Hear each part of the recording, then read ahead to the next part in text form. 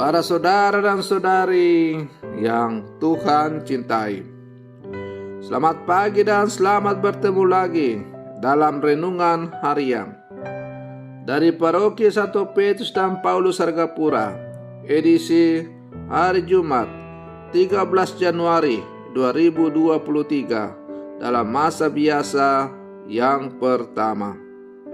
Mengawali hari yang baru ini, kita hendak mendengar dan merenungkan sabda Tuhan.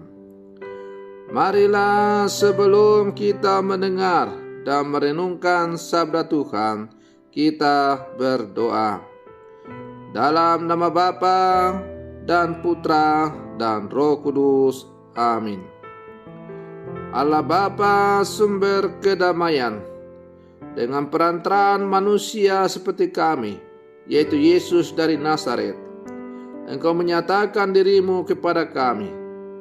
Kami mohon, semoga kami mengagumi sabdanya yang membuat kebijaksanaan serta memberi hidup dan kedamaian. Bersabdalah ya Tuhan, kami siap untuk mendengarkan. Terpujilah Engkau Bapa, Putra dan Roh Kudus, kini dan sepanjang segala masa. Amin.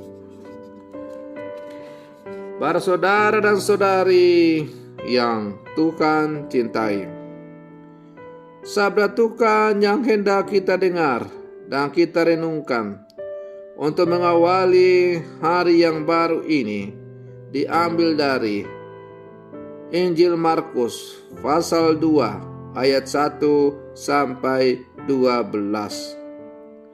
Tuhan bersamamu. Inilah Injil suci menurut Markus. Selang beberapa hari sesudah Yesus datang ke Kapernaum, tersiarlah kabar bahwa ia ada di rumah.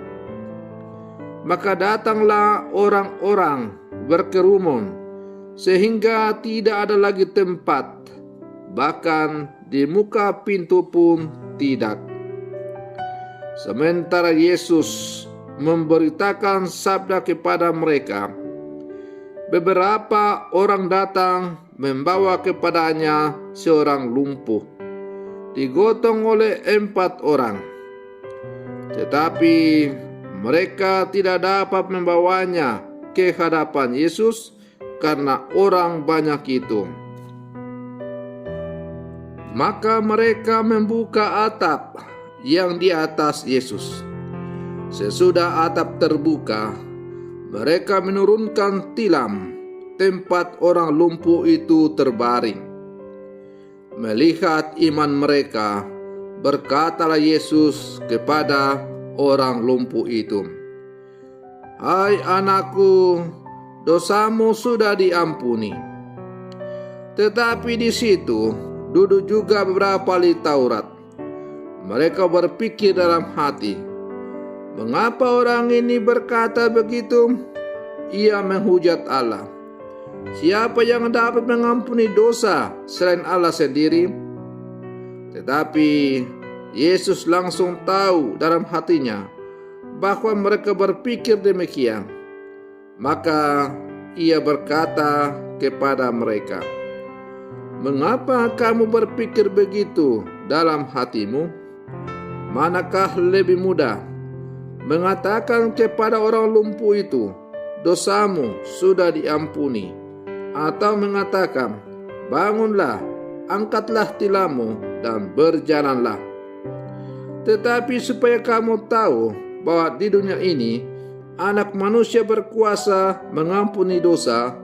Lalu berkatalah Yesus kepada orang lumpuh itu, "Kepadamu kukatakan, bangunlah, angkatlah tempat tidurmu, dan pulanglah ke rumahmu." Dan orang itu pun bangun, segera mengangkat tempat tidurnya, dan pergi keluar di hadapan orang-orang itu. Mereka semua takjub, lalu memuliakan Allah, katanya, "Yang seperti ini belum pernah kita lihat." Demikianlah sabda Tuhan. Para saudara dan saudari yang Tuhan cintai, melalui bacaan Injil yang baru saja kita dengar bersama, sebagaimana yang diperdengarkan oleh gereja pada hari ini, kita menemukan suatu sikap yang sungguh luar biasa atau sangat mengesankan.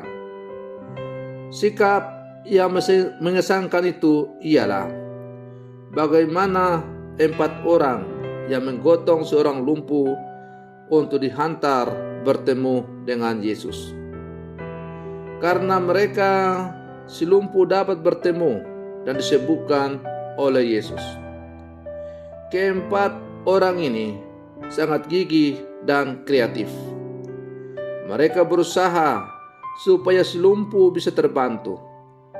Si lumpuh sendiri tidak bisa membantu dirinya untuk bertemu Yesus, apalagi di tengah kerumunan orang yang sangat banyak.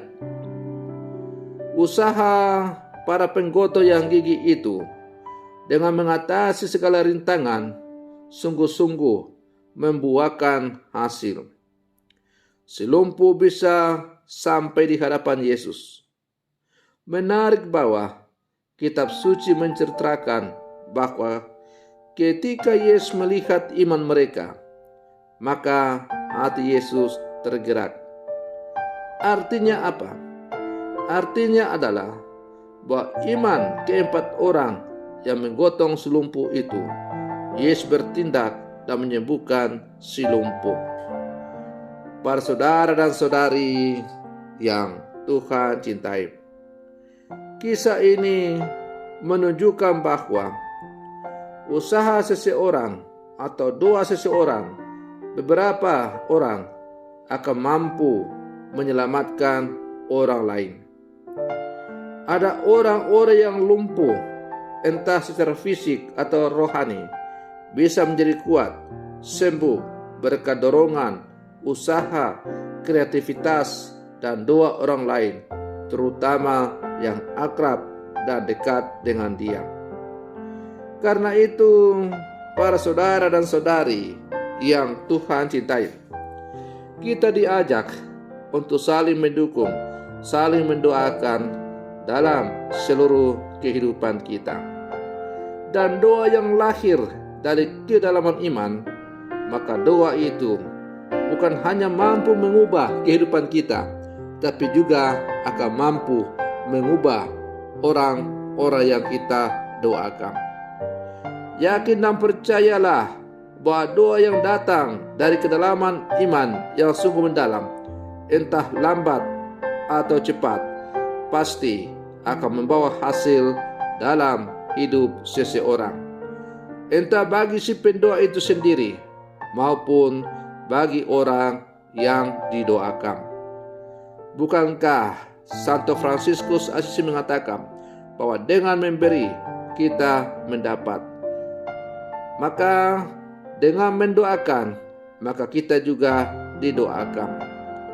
Para saudara dan saudari yang Tuhan cintai, maka sebagai murid-murid Yesus yang hidup bersama sekarang, janganlah kita jemu-jemu untuk saling mendoakan dalam setiap derap langkah kehidupan kita. Terutama kita mendoakan saudara-saudara kita yang membutuhkan doa-doa secara khusus. Kita mendoakan supaya semua orang yang mendiami muka bumi ini bisa hidup rukun, saling berdamai satu sama lain sebagai saudara dan saudari, ibarat satu keluarga. Karena memang kita satu keluarga, yaitu keluarga Allah. Karena itu, dengan saling mendukung, saling mendoakan, maka akan terciptalah suasana damai di sekitar kita. Para saudara dan saudari yang Tuhan cintai, semoga permenungan hari ini untuk mengawali hari yang baru ini semakin menghantar kita untuk menjadi manusia-manusia pendoa dalam hidup ini. Doa adalah sumber kekuatan yang mampu mengubah segala-galanya. Maju terus dan jadilah pendoa-pendoa yang sejati sebagai murid-murid Yesus yang hidup di zaman sekarang. Semoga demikian. Selamat pagi. Tuhan Yesus memberkati.